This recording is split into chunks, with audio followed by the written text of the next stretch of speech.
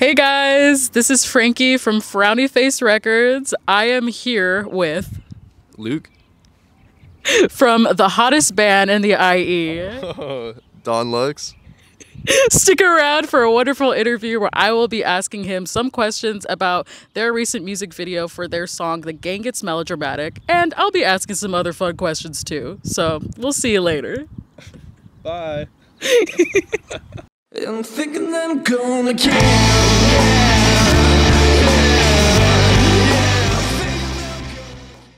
So how you doing? I'm doing pretty good. You know, we're having a sunny day in California, which has been like rarish lately, so I couldn't be happier. You know, yeah. You know, there's been a lot of rain, but you know, I don't want to talk about the weather too much. Luke, where are we? Can you explain? Yeah, this is a very particular spot. A lot of good memories here back in like 2021, 22. We were actually behind our old studio, Chrome Studio, where we throw shows and record bands and record music videos and a whole bunch of stuff over there. Unfortunately, we got evicted because we were just too damn rowdy for them.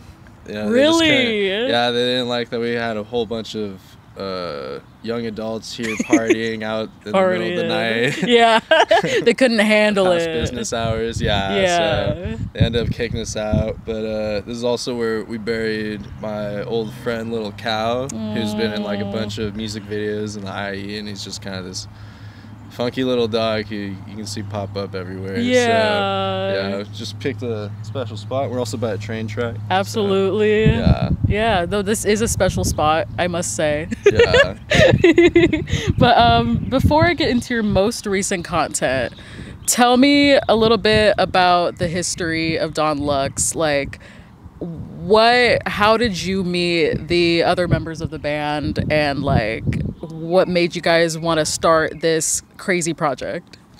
Yeah, I mean, it's been going on for some time now. I guess it all started back when I was in college, and I was like doing a lot of music, like self-recording on the side, just because like, I don't know, I was in the constant rotation of going to school and going to work, and like I was working like 2 jobs at the time, and I just needed like another outlet. So I ended up doing a lot of recording, and then I like published an album or put an album on streaming, and then like from there I got hit up by this one sound engineer from Dominguez Hills who like invited me to a recording session, and that's where I met Gizmo, who was like the longest outstanding member in the band. He ended up playing bass and then keys later on in the band. Oh hell yeah. I also met this guy Juan through a mutual friend, and he threw a lot of shows through LOC Production. He still does in like the IE area. Okay. But he was interested in being my drummer for a show, and we did the show, and he was like, we should get a bass player. So I hit up Gizmo, and that was kind of like the 3-piece in the beginning. And then from there it kind of like rotated in and out with band members, but I don't think it really became Don Luxe until I met Mo, and Mo's behind the camera. Yeah, and, shout out Mo. Woo! I met Mo like damn, it's been like 3 or 4 years back. I'm trying to get him to see if he helped me out with that answer, but it's like 2019, so damn, so 4 years back in 2019.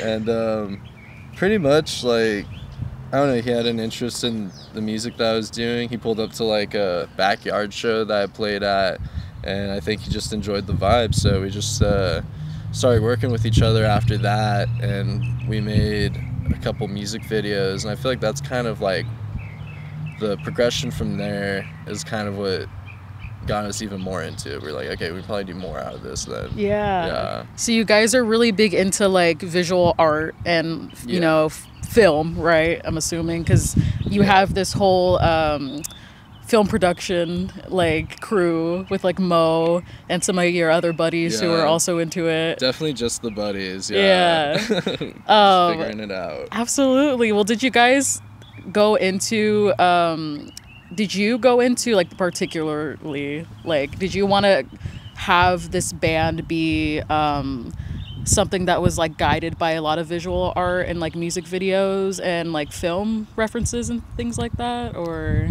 Yeah, I mean, it's definitely always come with the project for sure. When Mo and I were getting into it, I mean, there was a good amount of time where I think I was just trying to get more established as a musician. It was more about making the music and getting into recording and stuff like that. But I mean, like, I was making little short films in like middle school when I was a kid, just fucking around with a friend, and I always thought that was a good time. So when Mo started talking about music videos, I was like, yeah, no, there's definitely some ideas that we could do.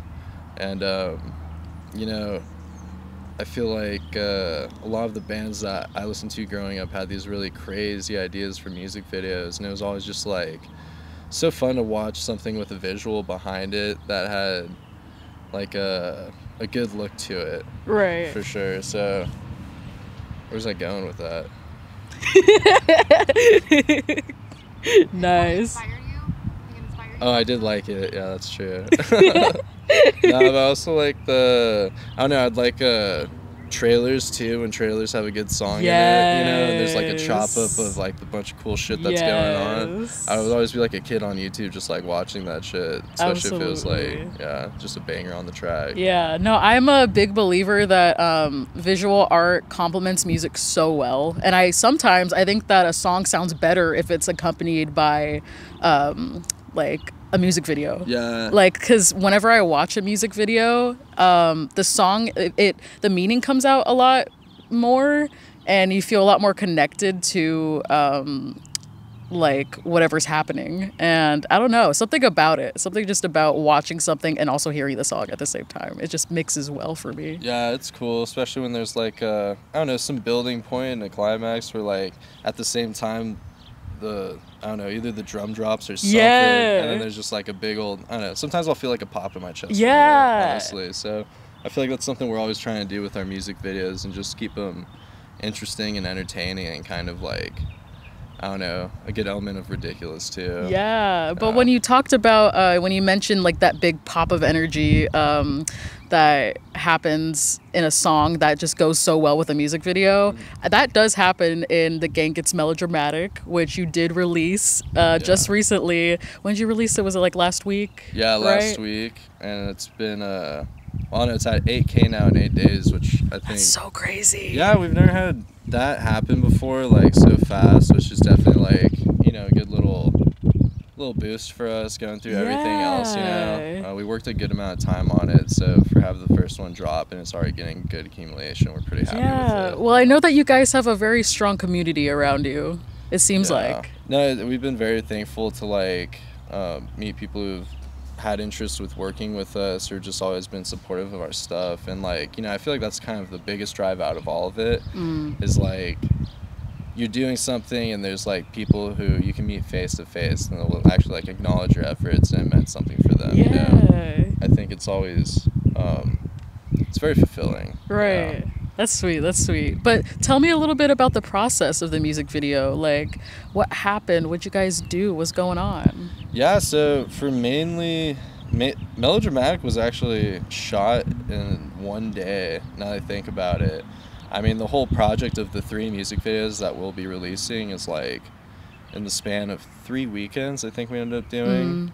But yeah, so that was our first, I think, shot at filming, so we weren't sure how we were gonna that was gonna kind of set the tone for like the next 3 weeks pretty much. And we pull up to Big Bear and we go to the cabin and we knock on the door and there's a family in there, and it got double booked. So like we're pulling up and they're like, yeah, no, we have the spot for the weekend. And we're like, oh shit. And then I think the booking agents were like kind of MIA for a bit when we were like calling about the double booking. So pretty much like we started shooting a bunch of B-roll out in like, I don't know, downtown Big Bear, where the fuck. And Mo was just like on Airbnb just looking for something. Something. So, yeah, that was like 3 hours of our day. And then finally we got to the cabin, the sun was already going down, and we just instantly like went into that living room and just tore it apart. We're like, this has gotta go, this has gotta go. We need one couch, get that shit out of here. And like you know, just I think going into it with that adrenaline kind of kept the momentum going for the rest of the night, because we were like, okay, we gotta get this going, we gotta get this going, because we already knew, I think, going into it, like, no matter how much you plan through these fucking music videos and shit, like, it's gonna go until the morning. It's always something that happens. So like, I think that's why our approach this time was like, well, if it's gonna be like that, we just gotta do everything right and make sure that we like what we're doing. Right. And it was good because that was off a whim. Like, we got that place last minute. The other place we were like, okay, this room right here, we'll have it at this angle, we'll shoot aerial and stuff, we can do this. And then we got into this place like, all right, fuck it, let's see what we can do. Yeah. Kind of back to like square one, really. Exactly. In terms of like creativity. Exactly. So, but it was awesome because, I mean, a big help was definitely our director, Mara, who filmed the whole thing. I mean, she's really good at just like going off whim and working with like what the shots were.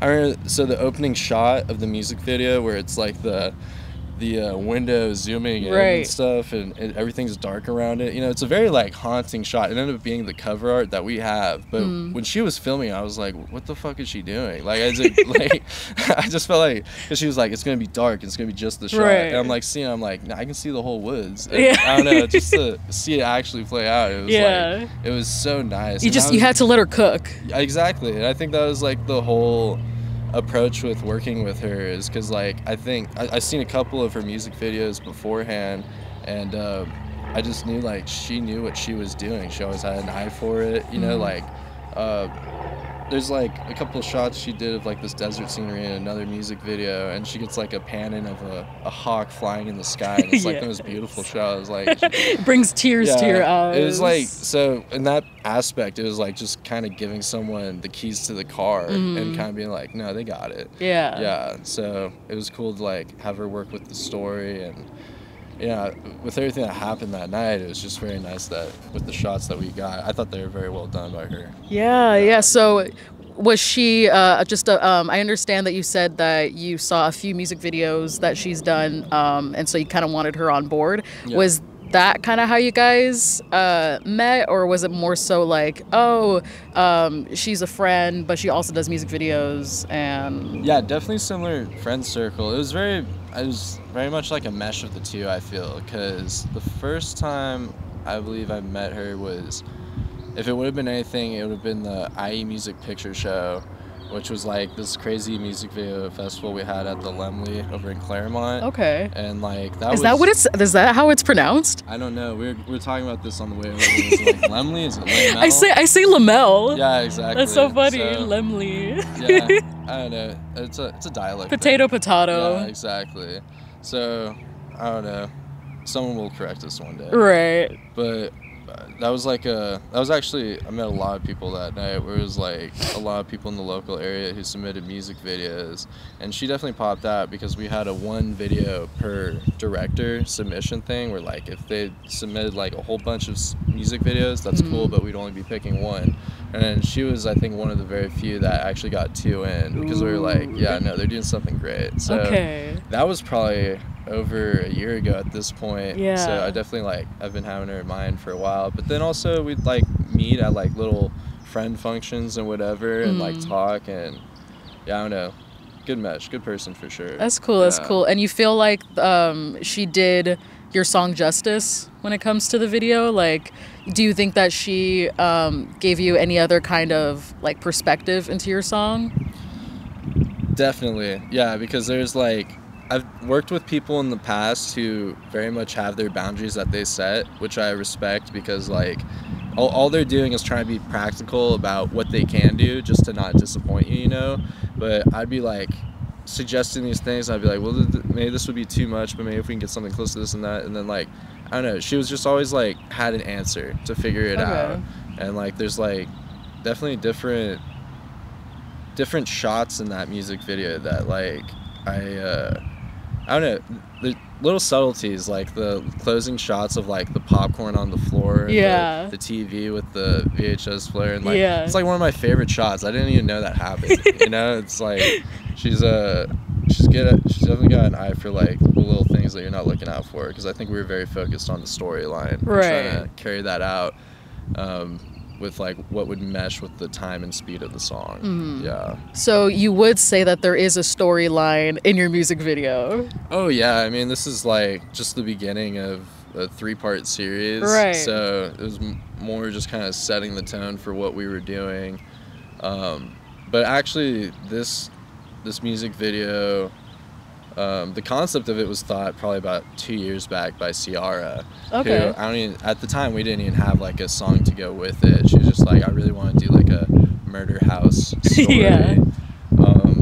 So it was always like on the back burner, and I think it was like a little bit of thinking we decided melodramatic. I mean, we played the song for a while now. It's been like 2 years or something. Oh, really? So, yeah, but it's just like it's taking that long to get this project going and kind of throwing it together. So I don't know. We wanted to make it more than like what the past projects have been, where it's like music video here, music video there. You know, it's like if we're gonna make a project, I want it to have like a whole body to it. So Right.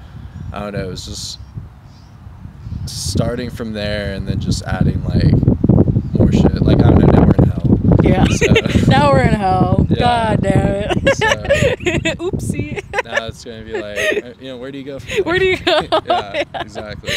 Yeah, so this music video is a part of 3 other music videos.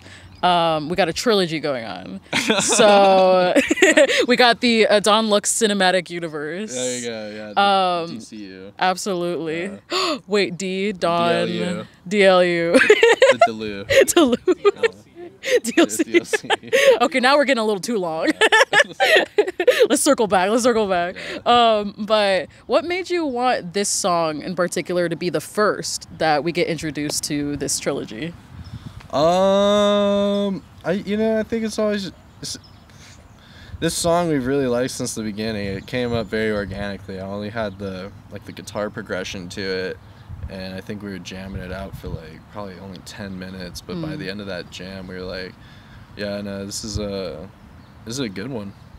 Hell yeah. Yeah, it's always like had that energy to it, and I think when CR brought up doing the music video for the Murder House, you know, we the whole group is always like had, you know, like most people right now are into like those A24 movies. Yes. And it's always like Yes. that formula of just a slow burner. And Kind of funky, abstract. yeah, exactly. And then there's just some crazy climax at the end where you're just like, oh shit, didn't see that one. Yeah, I didn't see that one coming. So I think with like kind of the slow buildup that we have with the song and kind of the gradual intensity that comes with it, I felt like that would kind of resonate with a murder house story. Okay. Yeah. So you felt like because this song, it does have a very cinematic feel to it, I think.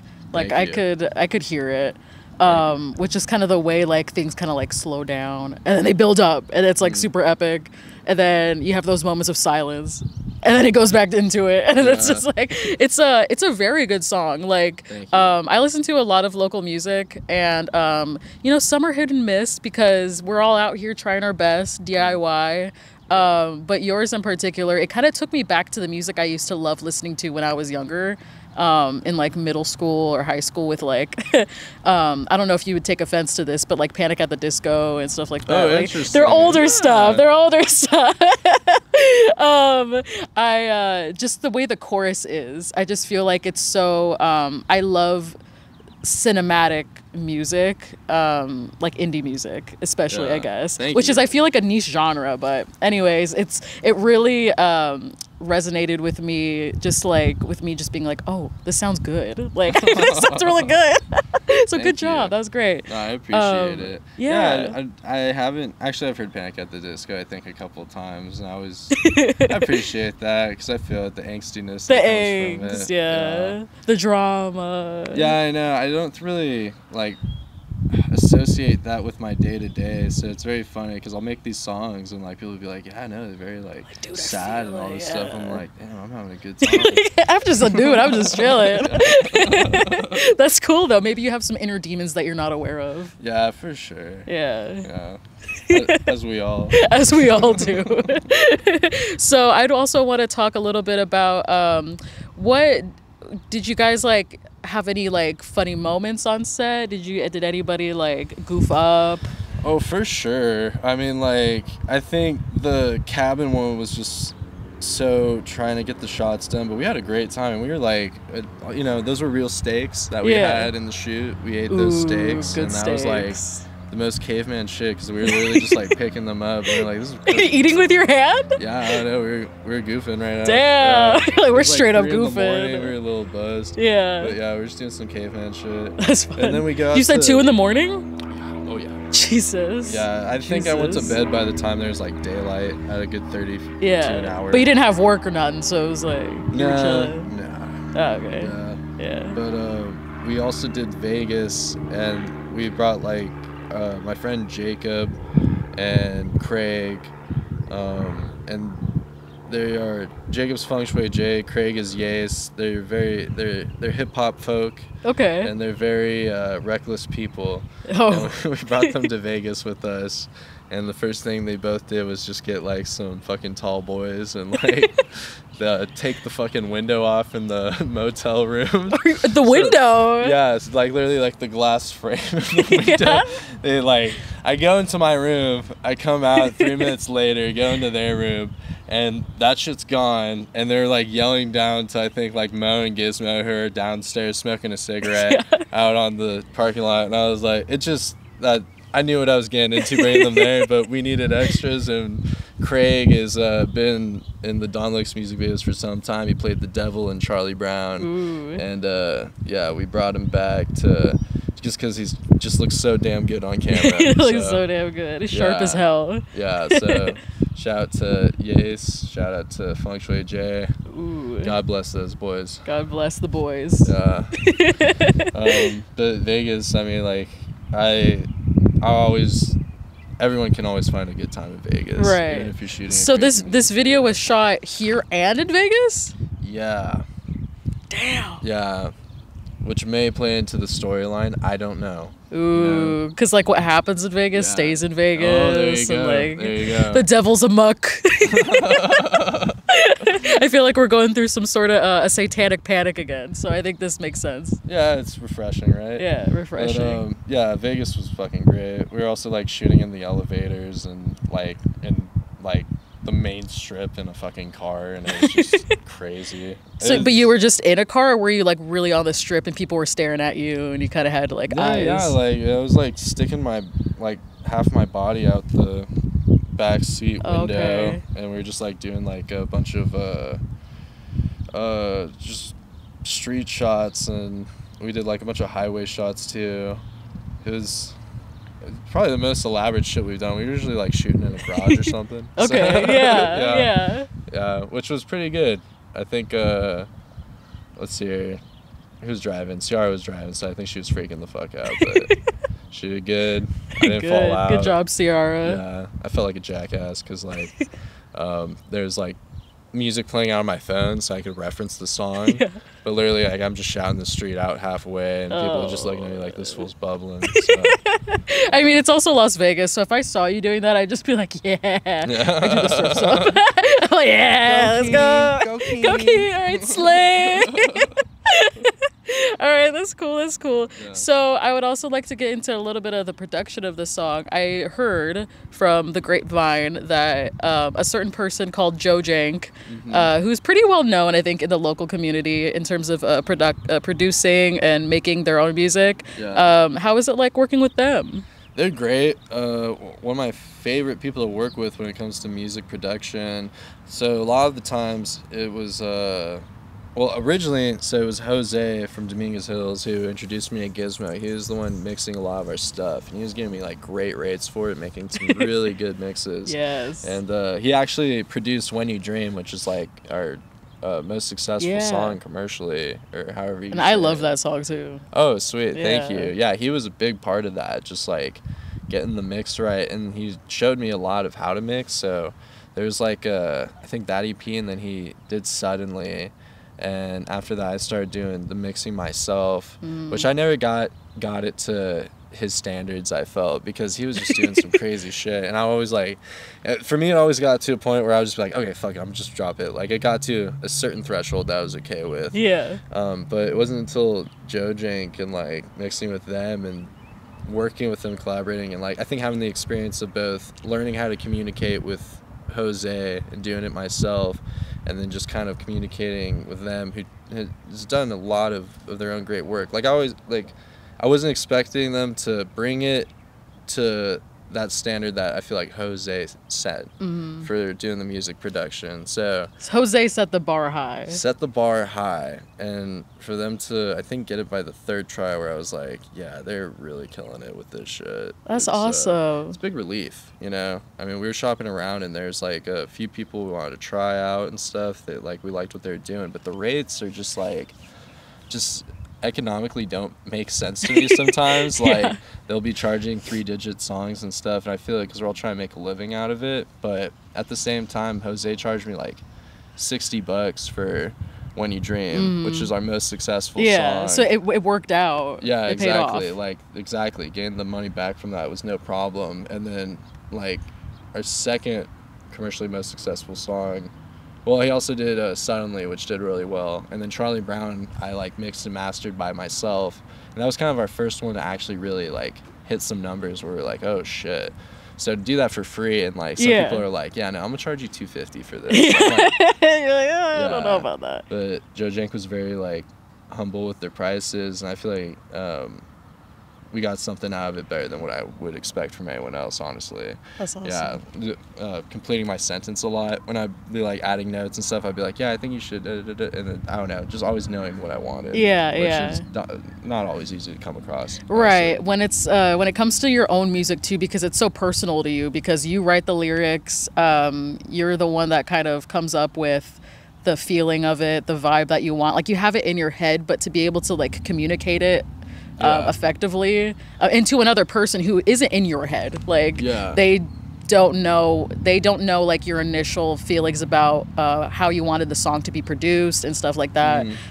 So to kind of bring somebody in from an outside perspective, it's kind of hard. It's like a hit or miss on whether or not you guys are gonna like pair well together. So I'm glad it's worked out between you two. Yeah, no, me too. I mean, there's like I've done work with other people in the past, and like sometimes it's easy, and sometimes there's just like points where like, I don't know, people have an expectation for their work but don't really know how to voice it in a way that the other person can understand. And that's me. It's a lot of people. It can be me too. It's very much me, like working with Jose. I mean, God bless Jose, who like had the patience to like work with like a fucking, I think 18, 19-year-old at the time. And like listen to me say all my dumb shit and be like, okay, well we could do this. We could just add reverb. You give him a pile of like all your thoughts and feelings and everything, and he's like, okay, like how do I? He's gonna rummage through it. Yeah, he's like, I get what you're saying, but technically it makes no fucking sense. I know. So I don't know. To go to Joe Jank, where like I'm just saying, like there's like he's they're very respectful of like just having that good grainy sound to like the music. So like they were pumping my stuff up with a bunch of tube plugins and stuff, and it just sounded very warm, like their own work. And I don't know, it's fucking sick. I initially like met them about 3 to 4 years back when they're in projects working doing the band. I think like that's when they started producing too, was working with them. Right. So I don't know, I definitely had like, it was good that there's a lot of band influence there. Yeah. There was still, because they're very much hip hop or rap influenced. So it's good that they also had that kind of experience with a bigger band and more like rock stuff. Yeah, right? Exactly. I definitely saw that play out with the music. I feel like drums are always the hardest to produce in a way that like makes sense to now, because I mean drums are so like heavily produced and electronic now that when you're going to produce like a live band thing, you want that same effect. And I feel like some people don't always know how to meet that while also making it like aesthetically pleasing. And I just felt like they did a really good job. And they're multifaceted. I think it's cool to be experienced in multiple genres and do it well. So I think kudos to them. Yeah, you definitely have to kind of go and like, especially with production, to kind of go venture into different genres and kind of see how they'll treat particular instruments and like what rules will be set for that. Because I mean, once you just go from like genre to genre to genre to genre, you can kind of see that there's a few things that you should let go of and not take so seriously, as far as like, this is the sound that I'm going for, this is that, and then there's some things to always, I think, keep in mind and be like, this could be like what gets people snapping their necks. It's not the snapping your necks. Exactly. So I don't know. That's cool. I also just hear chickens behind us. I just started hearing that. I think that's really fun. I think that's on brand. We should see if we can get some eggs after this. Yeah! Yes! Free eggs. But, all right. So tell me what is coming up for you guys. So we got 2 more music videos in the works. Yes. What else? What's going on? Or do we have another single coming out? Yeah, I mean, we have a couple more singles coming out and then a full project. So, I mean, that's like, a lot of that's just getting wrapped up behind the scenes now. We're just like, I don't know, crossing the T's, dotting the I's. Or, you know, that saying. Yeah, ye old saying. Ye old saying. But, so we're doing that, and then we're just working on getting the band together. We had a couple Get the gang together. Who, like, left. Gizmo, who's doing the Vic Vapors, like, goth nightclub music. Ooh, that's cool. Yeah, no, it's pretty sick. But they're just, they're, like, up until 3 o'clock in the morning doing their thing, and it just doesn't work with the schedule. Right. So they're kind of doing that. So we got a new member for the keys, then we have a new bass player as well. Ooh. And we're just getting them kind of set up. We just did a show last week that we were really happy with how they did getting all this stuff together. It's been a very hectic month for us. But now we're just trying to fine tune that and get like a good jam and parts to the set going. Heck yeah. Yeah, but it's been very fun working with them. They seem very motivated. JB and Enzo, good people. Yes. Yeah. So now we have a change in members right now. So we have that rotation happening, and change can be a good thing. Yeah, no, I mean they're very like motivated individuals. JB like got the bass down in one practice. Damn. Yeah, he sent me a text. He was like, yeah, you know, I think I could get most of it. There's some things I'm not sure of, and like he pulled up and just boop, boop, boop, boop. I know I hate people that are like, oh, I don't know if I could do it, and then all of a sudden they just like whip it out and they're just like, they're so good. Exactly. So that's been very fun. And then Enzo on keys and guitar is just a fucking character. I love that dude. Yes. He's like he keeps on calling me Garfield. He says I look like Garfield. What? Oh no. And I don't know why, but it's funny. She's nodding, so there's something going on. I can kind of see the reference. Yeah. But I fucking love that dude, and I'm giving him these parts, and some of them he'll do, and then some of them he's just like taking to a whole other level that I'm like, dude, it's fun seeing these like songs go from, I don't know, something you've been used to for some time, and someone can kind of just take it and kind of give it a whole other taste to it. And it's very fun, like, working with that sound again with people who are motivated to do it again, and just kind of, I don't know, get something very refreshing going. Yeah, absolutely. And then me and Ciara have a tour with Chase Petra in July. So cool, by the way. Yeah, very exciting. Very exciting. Pretty intimidating. I'm getting those bass parts down, and they're really fucking good. That's Brooke, who's on bass, and she's very talented at what she's doing. So it's been fun learning those parts. And yeah, Hunter's like started the whole band and kind of the core of it. She's I don't know, she's giving us a really good opportunity that we're looking forward to, just kind of going state to state and seeing a bunch of shit while playing music that we're very excited to play. Right. Yeah. Really looking forward to it. Heck yeah. So we got this, The Gang Gets Melodramatic. That song is out now. It's on Spotify. We got a music video for that. We got another music video coming up soon. Are we allowed to say when? What's the day? May 26th. May 26th. Day before my birthday. Oh my gosh, it's 2 days before my sibling's birthday. So really? yeah, Okay, cool. You're a Gemini. Yeah. Yeah. How are they? They're all right. Love you, Gigi. That's what I call them. Gigi. So we got May 26th, the next music video. Is the song's coming out at the same time as well? Yeah. Okay, and that song, what is the name of the song? Tequila. Hey, okay, all right. Yeah, which I'm very excited about. We've also been playing that one for some time too, but I don't know, very excited with how it's coming out. Yes. Yeah, it definitely has a particular sound that I feel like I've been trying to chase for some time, but didn't really know how to. You know? Right, so, right. Yeah. That can happen. That Oh, could a happen. shit ton. Yeah, it's so Yeah. hard sometimes to kind of replicate what's in the head. But I don't know, with how this project's been going with the recordings and everything, it's been cool to kind of get them to where you want to go. Hell yeah, hell yeah. All right, so we got that, this, and the other thing. You're so busy, you're everywhere right now. We got a tour. Pretty cracked out right Pretty now, cracked yeah. out. All right, so anything you would like to promote to the viewers aside from everything I just mentioned? Hmm. The pressure is on. I know, I'm like, promote to the viewers. What would you like to say? Anything on your mind?